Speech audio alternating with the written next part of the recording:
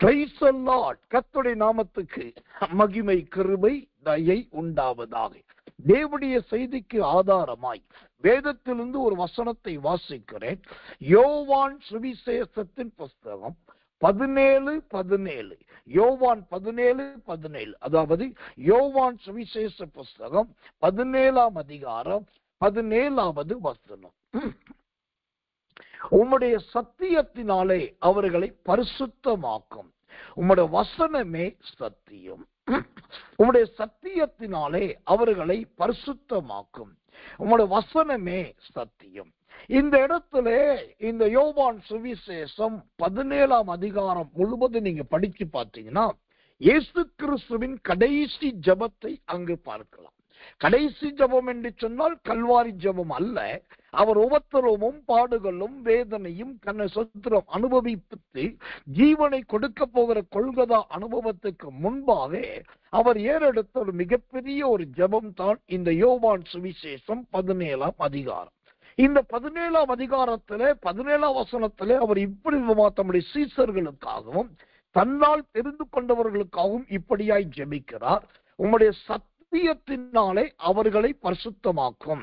உம்முடைய வசனமே சத்தியம் என்று சொல்லி அங்கு ஆண்டவர் சொல்லுவதை பார்க்கிறோம். அப்படியானால் உம்முடைய சத்தியத்தினாலே அவர்களை பரிசுத்தமாக்கும். யாரை பரிசுத்தமாக்கும்? அவரால் தெரிந்து கொள்ளப்பட்டவர்கள் யாரோ? யோவான் சுவிசேஷம் 1ஆம் அதிகாரம் 12வது வசனம் சொல்லுகிறது போல, ஓ சோத்திரம், தேவனால் தெரிந்து கொள்ளப்பட்டவர்களுக்கு அவர் அதிகாரத்தை கொடுக்கிறவராயிருக்கிறார். அந்த அதிகாரம் பெற்றவர்கள் தான் தேவனால் தெரிந்து கொள்ளப்பட்டவர்கள். அந்த தெரிந்து கொள்ளப்பட்டவர்களை ஆண்டவர் சத்தியத்தினாலே பரிசுத்தம் பண்ணும்படி விரும்புகிறார். ஒன்று. இரண்டாவது, அவர் யாரை சத்தியத்தினாலே பரிசுத்தம் பண்ண விரும்புகிறார் என்று சொன்னால், ஓ கர்த்தர் நல்லவே, இவரால் ஞானஸ்நானம் பெற்ற பலர் உண்டு. ஓ சுத்திரம், இவரால் ஞானஸ்நானத்துக்கு உட்படுத்தப்பட்டவர்கள், ஆண்டவரால் ஞானஸ்நானத்துக்கு உட்படுத்தப்பட்டவர்கள் பலர் உண்டு. அவர்களை சத்தியத்தினாலே பரிசுத்தப்படுத்தும் என்று ஆண்டவர் இங்கு ஜெபிக்கிறார். மூன்றாவது, சத்தியத்தினாலே யாரை பரிசுத்தப்படுத்த வேண்டும்? 70 சீசர்களை ஆண்டவர் தேர்ந்தெடுத்து அவர்களை ஊழியத்துக்காக 2 பேரை அனுப்பினார். அந்த 70 பேரும் இயேசுவோடு கூட ஊழியம் செய்கிறவர்களாய் இருக்கிறார்கள். இப்ப அவர்களை குறித்து பரிந்து பேசுகிறார். இவர்களையும் சத்தியத்தினாலே பரிசுத்தப்படுத்தும். அதோடு மாத்திரமல்ல, 12 அப்போஸ்தலர்கள் கூட இருக்கிறார்கள். அப்புறம் தங்கள் ஐஸ்வர்யத்தினால் ஊழியம் செய்த நிறைய ஸ்திரீகள் கூட இருக்கிறார்கள். இவங்க எல்லாரையும் ஓ சத்திரம், நீ சத்தியத்தினாலே பரிசுத்தப்படுத்தும் என்று சொல்லி பிதாவை நோக்கி கெஞ்சுகிறதை நாம் பார்க்கலாம். ஏன் அவர் இந்த ஜெபத்தை செய்ய வேண்டும்? சகோதரர்களே, சகோதரிகளே, கவனிங்க. உங்களுடைய சத்தியத்தினாலே அவர்களை பரிசுத்தமாக்கும், உங்களுடைய வசனமே சத்தியம் என்று ஆண்டவர் ஜெபிப்பதற்கு என்ன காரணம் என்னவென்று சொன்னா 2 காரணம். ஒன்று, அந்த 18ஆம் வசனம் சொல்லுவது, நீர் என்னை உலகத்தில் அனுப்பினதை போல நானும் அவர்களை உலகத்தில் அனுப்புகிறேன். கர்த்தர் நல்லவே. ஏன் இந்த வார்த்தையை சொல்லுகிற முதல் காரணம், இதுவரைக்கும் நான் கலிலேயாவுக்கு போனேன், யூதேயாவுக்கு போனேன், தெக்கப்போலிக்கு போனேன், எருசலேமுக்கு போனேன், நாசரேத்துக்கு போனேன், எல்லா இடத்திலே பிதாவின் சித்தத்தை நிறைவேற்ற நான் போனேன். ஆனால் இனி நான் போக முடியாத ஒரு காலம் வருகிறது. ஏனென்றால் நான் போக வேண்டிய இடத்துக்கு போகிறேன். அதுதான் பரமண்டலம். நான் போக வேண்டிய ஒரு இடம் உண்டு, அதுதான் பிதாவின் வாசஸ்தலம். நான் அங்கு போகிறபடினால் நான் பூமியில் இருக்கும்போது எப்படி எல்லா இடத்துக்கு போனேனோ அதை போல எனக்காக போகிறவர்களை அனுப்ப போகிறேன். அப்ப ஆண்டவர் இவர்களுக்காக ஜெபிக்க முதல் காரணம், அவர் இந்த பூமியை விட்டு தேவனுடைய ராஜ்யத்துக்கு போகிறார் என்பதை அறிந்ததினால், நான் போன பின்பு எனக்கு பதிலாக இவர்களையும் நான் ஊழியத்துக்கு அனுப்ப போகிறேன் என்கிற அந்த காரணம். ஒன்று, பிதாவின் சித்தத்தின்படி அவர் பூமியை விட்டு தேவனிடத்தில் எடுத்துக்கொள்ளப்பட போகிறார். அதற்காகத்தான் இந்த ஜெபம். இரண்டாவதாக இந்த யோவான் 17:17 என்கிற ஜெபம் எதற்காக என்று சொன்னால், நம்மால் உருவாக்கப்பட்டவர்கள் வெறுமையாய் போய்விடக் கூடாது.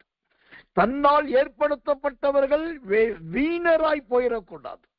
தன்னால் அழைக்கப்பட்டவர்கள் சோத்திரம் நிர்விசாரிகளாய் போயிடக்கூடாது. அவர்களுக்கு ஒரு உக்கிரானத்துவத்தை கொடுக்க வேண்டும், அவர்களுக்கு ஒரு கிருபையை கொடுக்க வேண்டும், அவர்களுக்கு ஒரு ஊழியத்தை கொடுக்க வேண்டும். அவர்களை சும்மா இருக்க விடாமல் அவர்களையும் ஊழியம் செய்ய வைக்கணும். இன்றைக்கு நிறைய பேர் கிருபை பெற்று, வரம் பெற்று, வல்லமை பெற்று, அபிஷேகம் பெற்று, ஞானஸ்நானம் பெற்று வேலை இல்லாதவர்களைப் போல ஊழியம் இல்லாமல் நிறைய பேர் சும்மாவே இருக்கிறாங்க. ஆனா ஒன்றை தெரிந்து கொள்ளுங்கள், தேவனுக்காக ஓடுகிறேன், தேவனுக்காக பிரயாசப்படுகிறேன், தேவனோடு நடக்கிறவர்களுக்கு ஓய்வு என்பது கிடையவே கிடையாது. ஒன்று, அவர்கள் தேவனால் அனுப்பப்பட்டு கொண்டே இருப்பார்கள். இல்லாவிட்டால் அவர்களோடு இருக்கிற மனிதர்கள் இவர்களை அனுப்பி கொண்டே இருப்பார்கள். இதுதான் வேதத்தின் உண்மையான நடைமுறை. இந்த காலை வேளையிலே இருட்டோட ஜெபத்துக்கு வந்திருக்கிற தேவ பிள்ளையே, ஓ சத்தியத்தினாலே அவர்களை பரிசுத்தமாக்கும், உங்களோட வசனமே சத்தியம் என்று வேதம் சொல்லுகிறதே. அப்படியானால் இந்த சத்தியத்தினால் பரிசுத்தமாக்கப்படுதல் என்பது என்ன? ஓ கர்த்தர் நல்லவே, கர்த்தர் நல்லவே. நீங்க வேதத்தை வாசிக்க, வசனத்தை தியானிக்க, அங்க தானியேல் சொல்லுகிறான், ஓ நான் தேவ சமூகத்தில் இருக்கும் போது அந்த அபிஷேகம் என்னை நிறைத்தது, ஓ தேவனுடைய வல்லமை என்னை ஆட்கொண்டது, என் முழங்கால்கள் தடுமாறினது, நான் கீழே விழத்தக்கவனாய் மாறினேன், அப்ப தேவதூதன் என்னை தாங்கினான் என்று சொல்லி அது சத்தியத்தினால் பரிசுத்தமாக்கப்படுதல் என்று சொன்னா, ஆண்டவர் ஏதோ ஒரு வசனத்தை அனுப்பி சுத்தமாக்கிடுவார் என்பது கிடையாது. வசனத்தை அனுப்பினாலோ அந்த வசனம் அவர்களை உள்ளார புடமிடும். தேவ தூதர்களை சந்திக்க வைக்கும், தெய்வ மனிதர்களை பார்க்க வைக்கும், தெய்வ வசனத்தை கேட்க வைக்கும். அந்த வசனத்திலிருந்து ஒரு உஷ்ணம் உண்டாகும், அதுல இருந்து ஒரு அனல் உண்டாகும், அதுல இருந்து ஒரு வல்லமை உண்டாகும். அந்த வல்லமையை தாங்க முடியாதபடிக்கு அந்த மண்ணான மனுஷன், அந்த தேவ மனுஷன், அவன் கர்த்தருடைய மனுஷனாய் இருந்தாலுமே தேவனுடைய சத்தியம் வல்லமையாய் ஊடுருவும் போது அவனால் தாங்க முடியாதபடிக்கு அவன் பலட்சியப்பட்டு போவான். அந்த நேரத்தில் தான் ஆண்டவர் சத்தியத்தினாலே தம்முடைய பரிசுத்தவான்களை, தம்முடைய பரிசுத்தவாட்டிகளை சுத்திகரிக்கிறார். உங்களுக்கு புரிய வண்ணமாய் ஒரு விளக்கத்தை சொல்லுகிறேன். தேவன் தன்னுடைய மனிதர்களோடு சில காரியங்களை செய்யும் போது அவர்களுக்கு நித்திரையை வரவைத்து விடுகிறதை நாம் வேதத்தில் பல இடத்துல பார்க்கலாம். ஆதாமுக்கு தேவன் நித்திரையை கொடுத்தான். நித்திரை வந்ததுனாலதான் அவனிலிருந்து ஒரு விழா எலும்ப உருவி ஏவாளை உண்டாக்குறான். ஏவாள் உண்டான உடனே ஆதாம் தானாகவே எழுந்து விட்டான். அதே போலதான் கர்த்தர் நல்லவன். இங்கு சில நேரத்தில் பரிசுத்தவான்கள் தேவ சமூகத்தில் இருக்கும் போது, பரிசுத்தவாட்டிகள் கர்த்தருடைய சன்னிதானத்தில் இருக்கும் போது அவர்கள் அந்நிய பாஷை பேசி ஆவில நிரம்பி நல்லா துதித்து கொண்டிருக்கும் போது ஒரு தெய்வீக மகிமை நிரப்புறதுனால, ஒரு தன்னுடைய பலத்தை மிஞ்சின ஒரு வல்லமை நிரப்புறதுனால அவங்க அங்கேயே அப்படியே சோத்திரம் தேவ சன்னிதானத்தில் விழுந்து விடுகிறார்கள், முகம் குப்புற சாய்ந்து விடுகிறார்கள். கர்த்தருடைய சமூகத்துல சிலர் சில நேரத்துல சாஸ்தாங்கமா கைய காலை நீட்டி முகம் குப்புற விழுந்துடுறாங்க.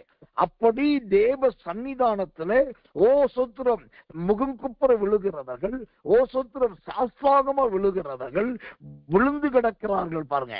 அந்த நேரத்துலதான் அவர்களுக்குள் ஆண்டவே தம்முடைய விசேஷித்த சத்தியத்தை அனுப்பி அவங்க சரீரத்து ரீதியா எதுல பலவீனமா இருக்காங்களோ அந்த பலவீனம் எல்லாம் பலனாய் மாறும். அவங்க ஆவியின் ரீதியா எதுல கலங்கி போயிருக்காங்களோ அந்த ஆவியின் கலக்கம் எல்லாம் மாறி தேவனுடைய திடமா மாறும். இந்த சத்தியம் ஒருவரை பரிசுத்தமாக்கும் போது அவர்கள் பூமிக்கு இருந்தாலுமே பூமிக்கு உரியவர்கள் அல்ல என்கிற சொல்லத்தக்கதானே பரிபூர்ண ஒரு சுத்திகரிப்பை கொடுக்கும். அல்லேலூயா. இன்னைக்கு நிறைய இடத்துல நிறைய ஜனங்களுக்கு நடத்தப்படுகிற அல்லது ஊழியர்களால் நடத்தப்படுகிற சுத்திகரிப்பு என்னன்னா, அறிக்கையின் சுத்திகரிப்பு. வந்த உடனே சொல்றாங்க, நாவ திறங்க, வாயத்திறங்க, உதட்ட திறங்க, பாவத்தை அறிக்கையிடுங்க, அக்கிரமத்தை அறிக்கையிடுங்க, யாரை பத்தி பேசுனீங்க அறிக்கையிடுங்க, என்ன யோசிங்க அறிக்கையிடுங்க, இந்த வாரத்துல எங்க போனீங்க அறிக்கையிடுங்க, இனி போக மாட்டேன்னு சொல்லுங்க. இப்படி சொல்லி இத அறிக்கையிட்டு சுத்திகரிப்பதற்கு நடத்தப்படுகிறார்கள். ஆனா அறிக்கையிட்டு சுத்திகரிக்கப்படுவதை விட ஒரு மிகப்பெரிய ஒரு சுத்திகரிப்பு இருக்குது.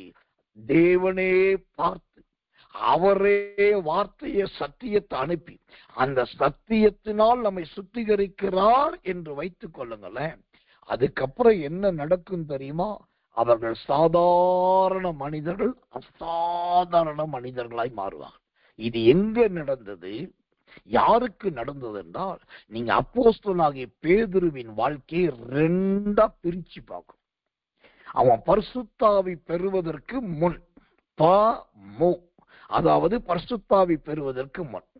அடுத்தது பரிசுத்தாவி பெற்ற பின். இந்த பரிசுத்தாவி பெறறதுக்கு முன்னாடி பாருங்க, இந்த பேதுருவின் ஜீவியோ ஸ்திரீக்கு பயப்படுவதாயிருந்தது. சூத்திரம் நிர்வாணியா காணப்பட்டான், மனம் பதறி பேசுகிறவனா இருந்தான். ஒரு கட்டம் வரும்போது ஊழியத்தை விட்டே போவதற்கும் ஆயத்தமாயிட்டான்.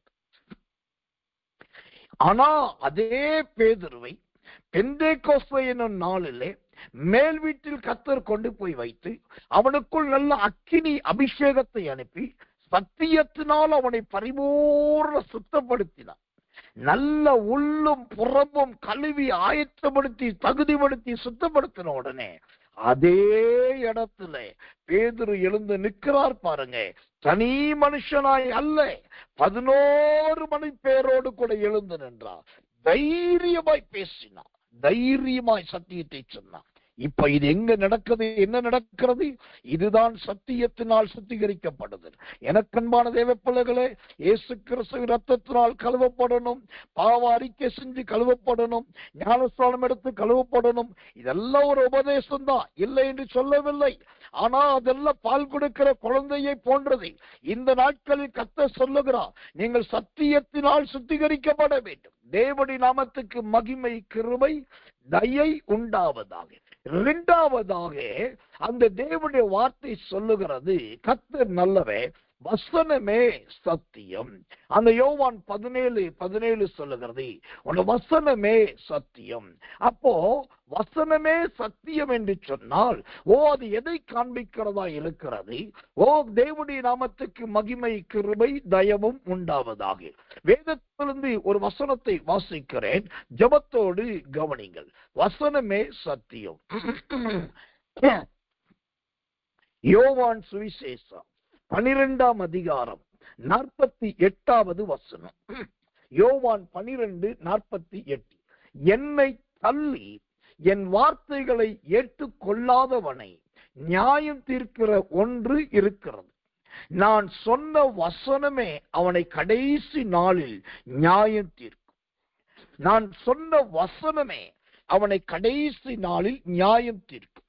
இங்கு ரொம்ப பகிரங்கமான ஒரு எச்சரிப்பை பாருங்கள். யோவான் 17:17 படி உங்களுடைய சத்தியத்தினாலே அவர்களை பரிசுத்தமாக்கும் என்று சொல்லிட்டு 2வதா இயேசு சொல்லுகிறார், வசனமே சத்தியம் என்கிறார். அப்போ வசனத்தினால் சுத்திகரிக்கப்படுவது என்ன?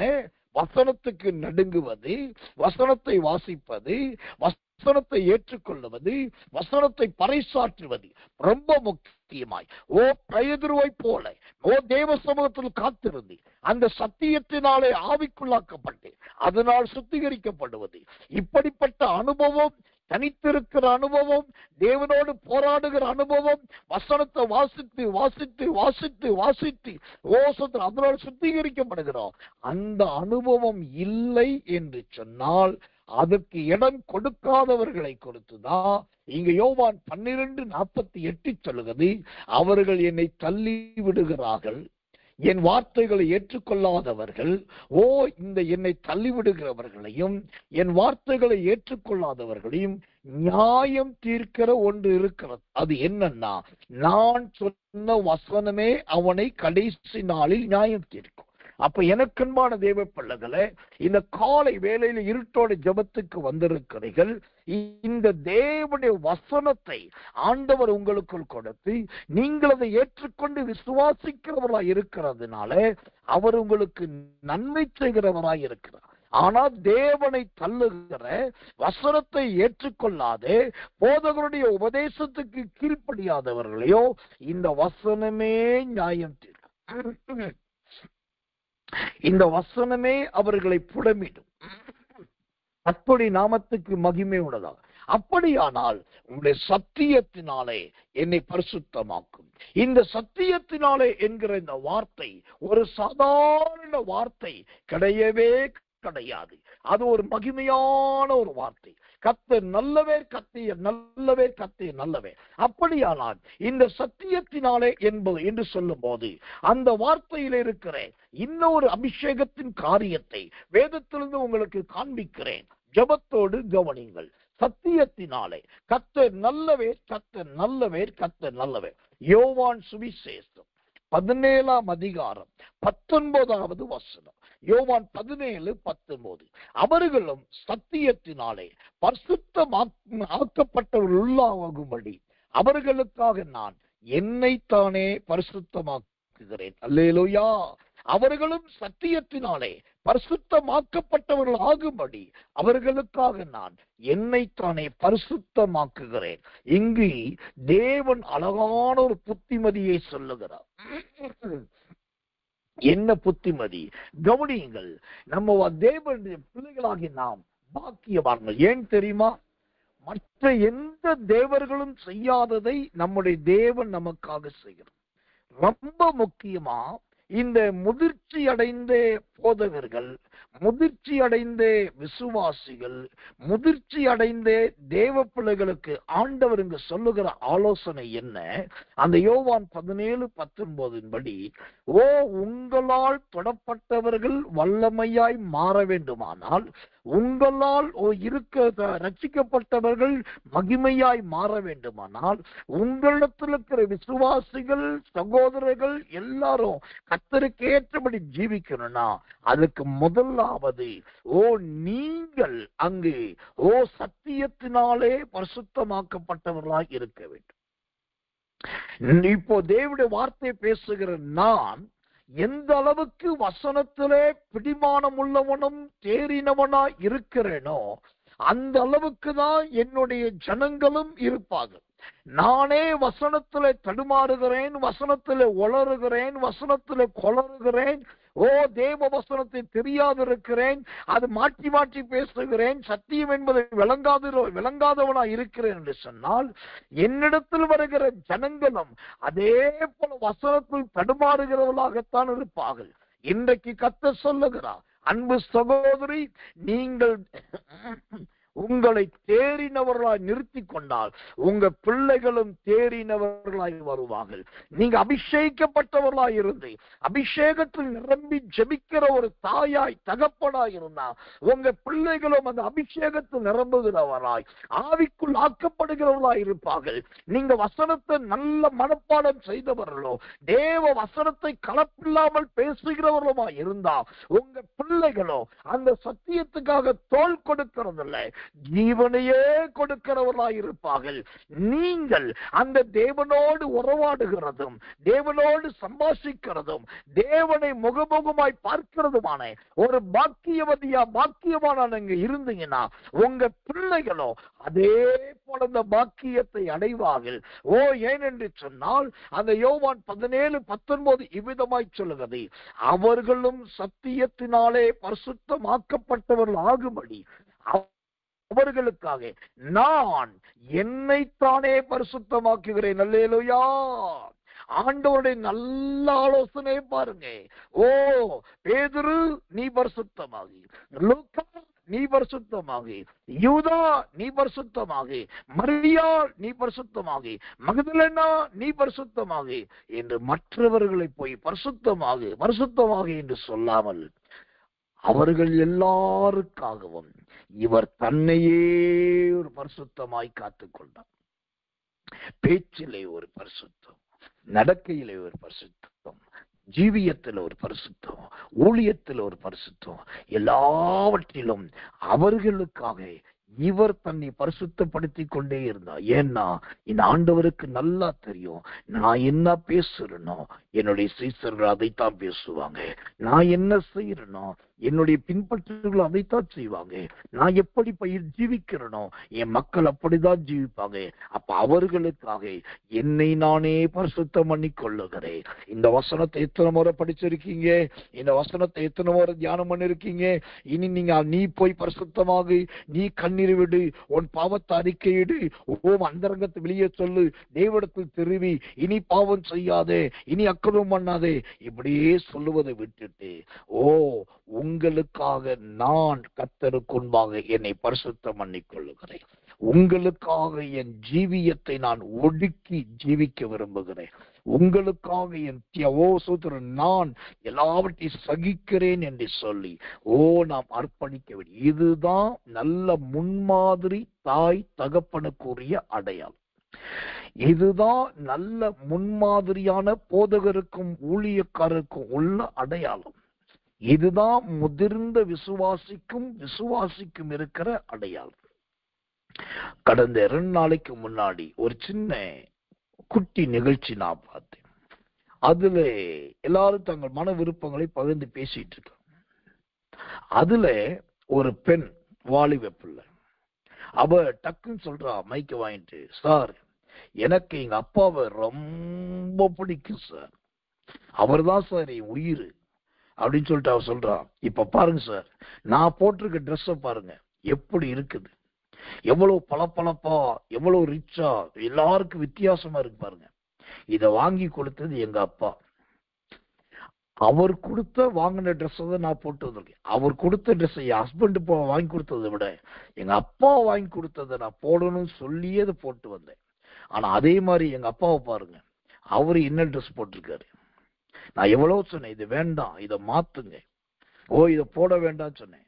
ஆனா அவர் சொல்லிட்டாரு, பரவாயில்ல, நான் தகப்பமா, நான் அப்படி இருந்தா பிரச்சனை இல்லை, நீ அழகாயிரு, நீ நல்லா இரு அப்படின்னு சொல்லிட்டு அவர் எப்படி வந்திருக்காரு பாருங்க. ஆனா நான் எப்படி இருக்க பாருங்க என்று சொல்லி அந்த மகள் தன் தகப்பனை குறித்து நல்ல சாட்சியை அந்த அரங்கத்திலே வெளிப்படுத்தினான்.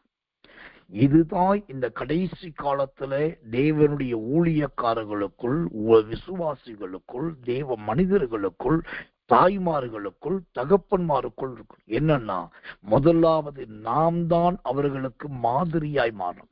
நீ மாதிரியாயிரு, முன்மாதிரியாயிரு, நல்ல சொத்து எல்லாத்தையும் எடுத்துக்காட்டாயிரு, எல்லாம் பாக்குற மாதிரி இரு, எல்லாம் பேசுற மாதிரி இருன்னு சொல்லி மற்றவங்களுக்கு கட்டளையிடுகிறதை விட்டுட்டு, என்னைக்கு நாம் சத்தியத்தினால் பரிசுத்தமாக்கப்படுகிறோமோ அன்றைக்கு நம்முடைய ஜீவியம் மற்றவர்களுக்கு மாதிரியாய் மாறும்.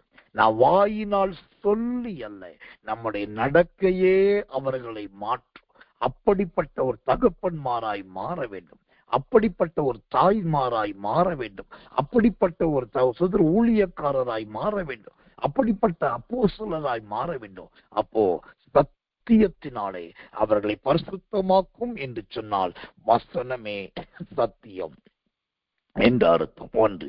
இரண்டாவது, சத்தியத்தினாலே அவர்களை பரிசுத்தமாக்கும் என்று சொன்னால் மற்றவர்களை ஆகு என்று சொல்லுவதை விட இயேசு சொன்னதை போல அவர்களை ரட்சித்துக் கொள்ளும்படி நானே என்னை பரிசுத்தம் ஆக்கிக் கொள்ளுகிறேன் என்று இயேசு சொன்னாரே, அப்படி மற்றவர்களுக்காக நாம் பரிசுத்தமாயிருப்போம், நம்முடைய ஜீவியத்தை பரிசுத்தமாய் காப்போம். நம்மோடு பார்க்கிறவர்கள், பேசுகிறவர்கள், பழகுகிறவர்கள் அதை கண்டு அவர்களும் பரிசுத்தரா அந்த தேவனுடைய பிள்ளைகளாய் மாறுவார்கள். ஒரு கட்டம் வரும்போது நீங்கள் நாம் எல்லாரும் சேர்ந்து தேவனுடைய ராஜ்யத்தில் சென்று சேனைகளின் கர்த்தர், பரிசுத்த சேனைகளின் கர்த்தே, பரிசுத்த சேனைகளின் கர்த்தே, பரிசுத்தர் என்று சொல்லத்தக்கதாய் தேவன் கிருபை செய்வார். இந்த காலை வேளையிலே இந்த யோவான் 17:17 படியாக சத்தியத்தினாலே தேவன் நம்மை பரிசுத்தப்படுத்தி, சத்தியத்தினாலே தேவன் நம்மை ஆயத்தப்படுத்தி, சத்தியத்தினாலே தேவன் நம்மை தகுதிப்படுத்தி, இனி மற்றவர்களை குத்தி காயப்படுத்தி நாம் செய்ய வைக்கிறதல்ல, நம்மை நாமே ஒழுங்குபடுத்தி கொள்ளும் போது, நம்மை நாமே அடக்கி கொள்ளும் போது, நம்மை நாமே ஒடுக்கி கொள்ளும் போது, நம்மை நாமே பரிசுத்தப்படுத்தி கொள்ளும் போது, நம்மை நாமே அர்ப்பணிக்கும் போது, அதை பார்க்கிறவர்கள் அப்படியே தங்களை பரிசுத்தமாக்கி கொள்ளுவார்கள். இப்படி ஒரு எடுத்துக்காட்டான ஜீவியத்தை உங்களுக்கு, எனக்கு, நமக்கு எல்லாருக்கும் ஆண்டவர் கொடுத்து, ஆண்டவரே ஒரு காட்டான ஒரு வாழ்க்கை நான் வாழ வேண்டும், எனக்கு அந்த கிருபையை தாரும் என்று சொல்லி எல்லாரும் கண்களை மூடி கர்த்தரை ஸ்தோத்திரம் பண்ணுவோம்.